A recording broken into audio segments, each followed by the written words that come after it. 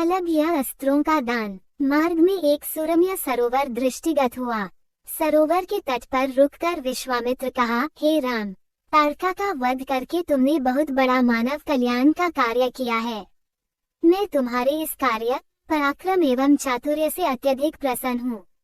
मैं तुम्हें कुछ ऐसे दुर्लभ अस्त्र प्रदान करता हूँ जिनकी सहायता से तुम दुर्दमनीय देवताओं, राक्षसों, यक्षों, नागादिकों को भी परास्त कर सकोगे। ये दंड चक्र, धर्म चक्र, काल चक्र और इंद्र चक्र नामक अस्त्र हैं।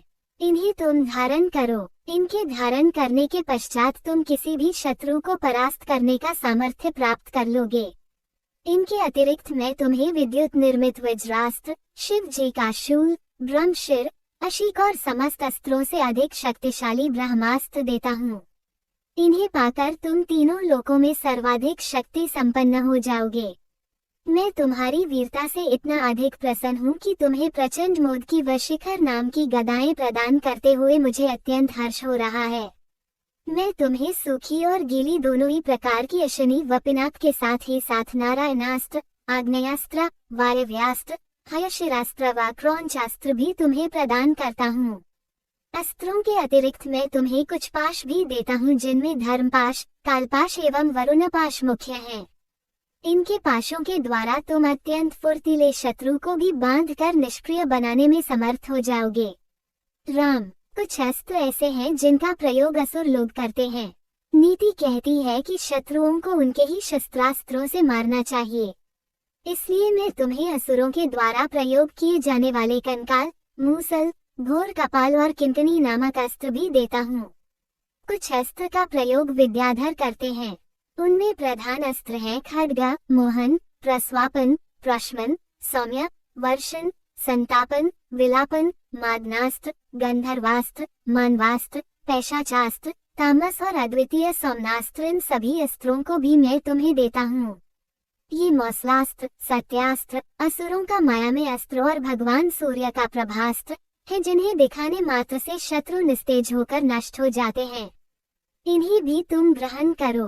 अब इन अस्त्रों को देखो, ये कुछ विशेष प्रकार के अस्त्र हैं। ये सोम देवता द्वारा प्रयोग किए जाने वाले शिशर एवं दारुण नाम के अस्त्र हैं। शिशर के प्रयोग से शत्रु शीत से अकड़कर और दारुण के प्रयोग से शत्रु गर्मी से व्याकुल होकर मूर्छित हो जाते हैं। हे वीर श्रेष्ठ, तुम इन अनुपम शक्ति वाले, शत्रुओं का मान मर्दन करने वाले और समस्त मनोकामनाओं को पूर्ण कराने वाले अस्त्रों को धारण करो। इतना कहकर महामुनि ने संपूर्ण अस्त्रों को, जो देवताओं को भी दुर्लभ हैं, बड़े स्नेह के साथ राम को प्रदान कर दिया। उन अस्त्रों को पाकर राम अत्यंत प्रसन्न हुए और उन्होंने श्रद्धा के साथ गुरु को चरणों में प्रणाम किया और कहा, गुरुदेव, आपकी इस कृपा से मैं कृतार्थ हो गया हूँ। अब देवता, दैत्य, राक्षस, यक्ष आदि कोई भी मुझे परास्त नहीं कर सकता। मनुष्य की तो खैर बात ही क्या है, किंतु मुनिव, इसी प्रकार के अस्त्र गंधर्वों, देवताओं, राक्षसों आदि के पास भी होंगे और उनका प्रयोग वे मुझ पर भी कर सकते हैं। कृपा करके उनसे बचने के उपाय भी मुझे बताइए।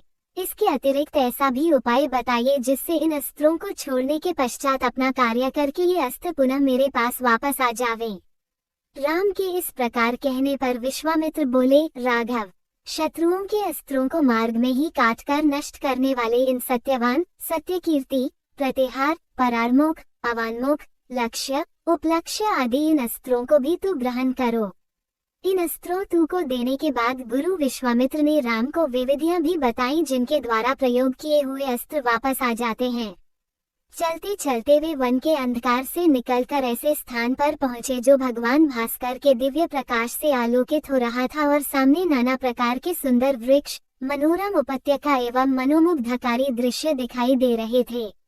रामचंद्र विश्वामित्र से पूछा, हे मुनिराज, सामने पर्वत की सुंदर उपत्यकाओं में हरे हरे वृक्षों की जो लुभावनी पंक्तियां दृष्टिगत हो रही हैं, उनके पीछे ऐसा प्रतीत होता है कि जैसे कोई आश्रम है। क्या वास्तव में ऐसा है या यह मेरी कल्पना मात्र है? वहाँ सुंदर सुंदर मधुरभाषी पक्षियों के झुंड भी दिखाई दे रहे हैं, जिससे प्रतीत होता है कि मेरी कल्पना निराधार नहीं है।